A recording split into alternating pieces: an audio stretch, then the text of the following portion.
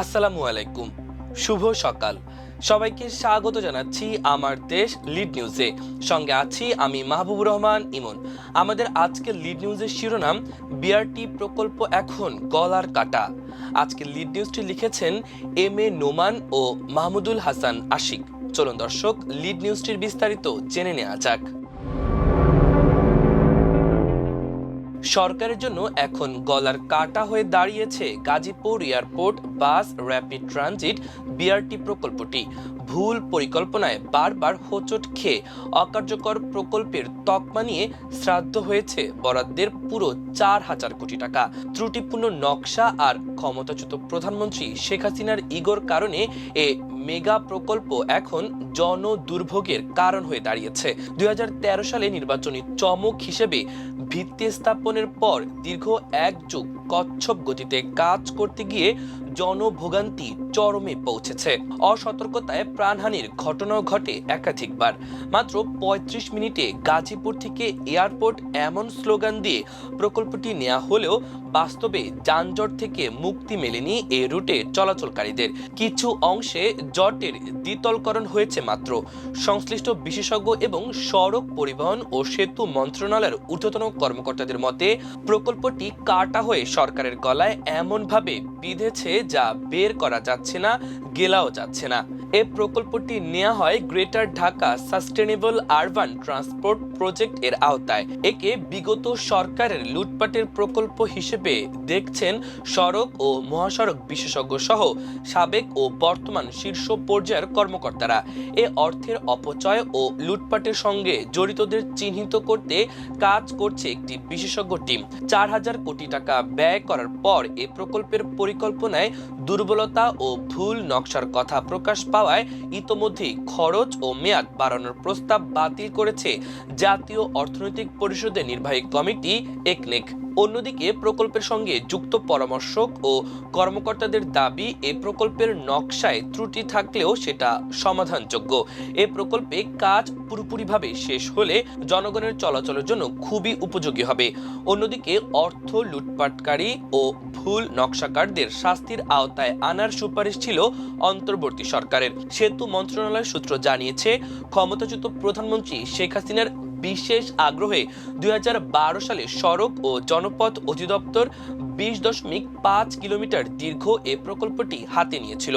কথা ছিল 2016 সালে প্রকল্পটি বাস্তবায়িত হবে, কিন্তু কাজ শুরু হওয়ার 14 বছর পরও এই প্রকল্প এখনো শেষ হয়নি। প্রকল্প সংশ্লিষ্ট কর্মকর্তারা জানান, বিআরটি প্রকল্পের নির্মাণ কাজ 4টি কনসোর্টিয়াম করে 3টি চীনা কোম্পানি ও একটি বাংলাদেশি কোম্পানিকে দেয়া হয়। উড়ালপথ ও সড়ক নির্মাণের দায়িত্ব দেওয়া হয় 3টি চীনা কোম্পানিকে। কোম্পানিগুলো হচ্ছে Gezhouba group, Jiangsu provincial transportation engineering group এবং ওহেই international economic and technical cooperative. আর গাজীপুর ডিপো নির্মাণের দায়িত্বে ছিল দেশীয় কোম্পানি সেল ইউডিসি। এ প্রকল্পের প্রাথমিক বাজেট নির্ধারিত হয় 2,400 কোটি টাকা। পরবর্তী সময়ে তা বাড়িয়ে 4,268 কোটি টাকায় করা হয়। সর্বশেষ 2025 সালের 27 জুলাই আবারও এ প্রকল্পের মেয়াদ ও অর্থের পরিমাণ বাড়ানোর প্রস্তাব করা হয়। এ দফায় ব্যয় 2,329 কোটি টাকা বাড়িয়ে 6,597 কোটি টাকায় উন্নীত করার প্রস্তাব দেওয়া হয়েছিল। পাশাপাশি প্রকল্পের মেয়াদ 4 বছর বাড়ানোর প্রস্তাবও দেওয়া হয়। প্রকল্পটিকে হাসিনা সরকারের ভয়াবহ দুর্নীতির নিকৃষ্টতম নজির হিসেবে উল্লেখ করে অন্তর্বর্তী সরকার স্থগিত করে দেয়। ওই সরকারের পরিকল্পনা উপদেষ্টা অধ্যাপক ওয়াহিদুদ্দিন মাহমুদ বলেন, এই প্রকল্পের নকশা এমনভাবে করা হয়েছে যা অসংহতিপূর্ণ ও অদ্ভুত। এখানে অনেক এসকেলেটর ও লিফট স্থাপন করা হয়েছে, কিন্তু আমাদের দেশে এসব একবার নষ্ট হলে কখন মেরামত হবে তা বলা যায় না। এমনকি স্কেলেটর স্থাপন করা হয়েছে ফুটপাতে, যার ফলে পথচারীরা ফুটপাত ব্যবহার করতে না পেরে রাস্তা দিয়ে হাঁটতে বাধ্য হবেন। বিআরটি প্রকল্পের বিদ্যমান নকশার বাংলাদেশে উপযোগিতা নেই জানিয়ে সড়ক পরিবহন ও সেতু মন্ত্রণালয়ের একজন ঊর্ধ্বতন কর্মকর্তা বলেন, আমাদের দেশের বাসের দরজা বাম দিকে খোলা। সব চালক গাড়ি বাম দিকে চালিয়ে থাকেন। তাদের প্রশিক্ষণ ও দক্ষতাও এমনভাবেই গড়ে উঠেছে। অন্যদিকে বিআরটি প্রকল্পের জন্য প্রস্তাবিত বাস ও চালকদের চলাচল ডান দিকে করা হয়েছে। এতেই প্রমাণিত হচ্ছে এই প্রকল্পটি বাংলাদেশের জন্য তৈরি করা হয়নি। এ প্রকল্পের আওতায় যেসব গাড়ি চলার কথা সেগুলোর জন্য চালকদের নতুন করে প্রশিক্ষণের ব্যবস্থা করতে হবে। এই ব্যবস্থা করতে গিয়ে জটিলতা বৃদ্ধি পাওয়ার শঙ্কাই বেশি। ধারণা করা হচ্ছে প্রকল্পের নকশা করার সময় এসব বাস্তবতা আমলে নেওয়া হয়নি, বরং মধ্যপ্রাচ্যের কোনো দেশের প্রকল্পের নকশা নকল করা হয়েছে। এখন প্রকল্পটি যাচাই বাছাইয়ের জন্য একটি কমিটি কাজ করছে। নকশায় ত্রুটির বিষয়টিকে অনুসন্ধানের সময় বিবেচনায় নেওয়ার জন্য বলা হয়েছে বলে জানান ওই কর্মকর্তা। এত সমালোচনার মধ্যেও বিআরটি প্রকল্পের সাফল্য নিয়ে আশাবাদী সংশ্লিষ্ট কর্মকর্তারা।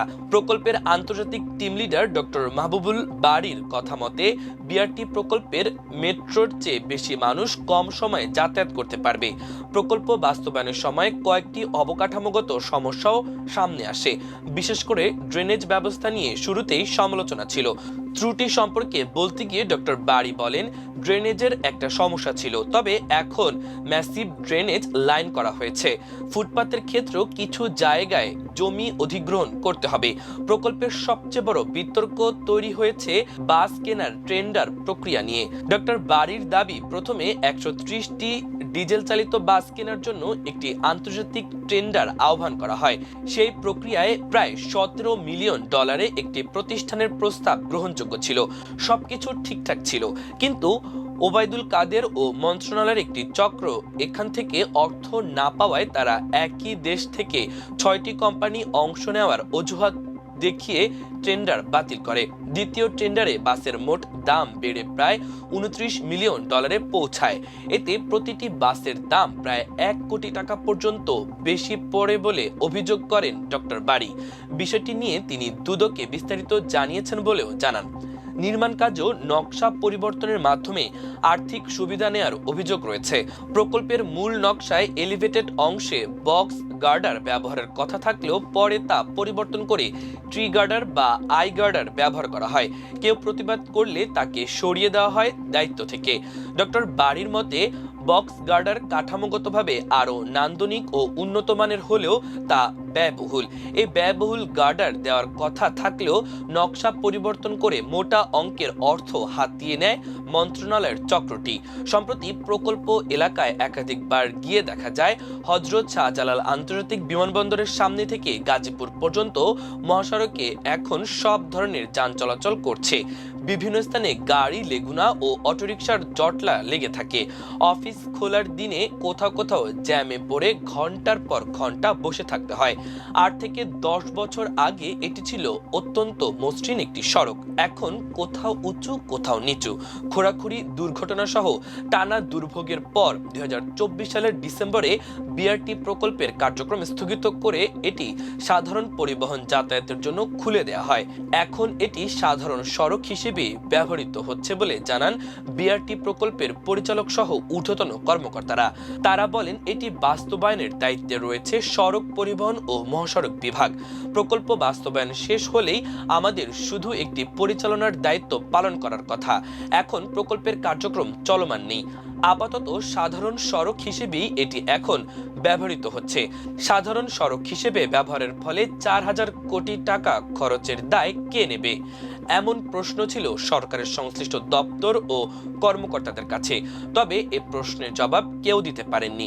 বিগত সরকারের এ মেগা প্রকল্প নিয়ে বর্তমান সরকারের ভাবনা কি, এমন প্রশ্ন ছিল সড়ক পরিবহন ও সেতু মন্ত্রণালয়ের প্রতিমন্ত্রী হাবিবুল ইসলাম হাবিবের কাছে। তিনি বলেন, আমরা সবেমাত্র দায়িত্বে এসেছি। এখন জরুরি বিষয়গুলোকে আমরা অগ্রাধিকার দিচ্ছি। যতটুকু জানতে পেরেছি, একটি কমিটি এই প্রকল্পের অনিয়ম ও ভুলভ্রান্তি নিয়ে কাজ করছে। আমরা প্রতিবেদন পাওয়া পর্যন্ত অপেক্ষা করতে চাই। দেশ ও জাতির বৃহত্তর স্বার্থে যেটা কল্যাণকর আমাদের সরকার সেটাই করবে। প্রিয় দর্শক, আমাদের আজকের লিড নিউজের আয়োজন এ পর্যন্তই। আগামীকাল আরেকটি লিড নিউজ নিয়ে আপনাদের সামনে হাজির হব। সে পর্যন্ত মহান আল্লাহ তাআলা আপনাদের সবাইকে ভালো রাখুক, সুস্থ রাখুক। এতক্ষণ সঙ্গে থাকার জন্য অসংখ্য ধন্যবাদ। আল্লাহ হাফেজ।